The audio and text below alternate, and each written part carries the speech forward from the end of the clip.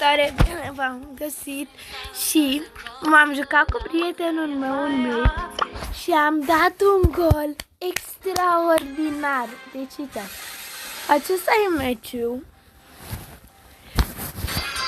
Dar numai cu ăsta, dacă îl aveți ca prieten, e cel mai bun brawler ever. Deci uitați-vă puțin, a înaintat, a murit.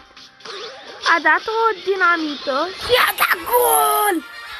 Oh! Și aici urmează golul meu, ultra frumos.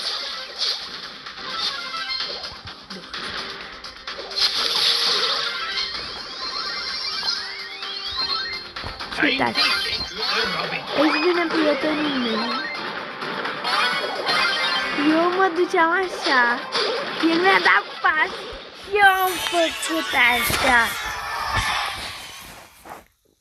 Hai, papa, până aici.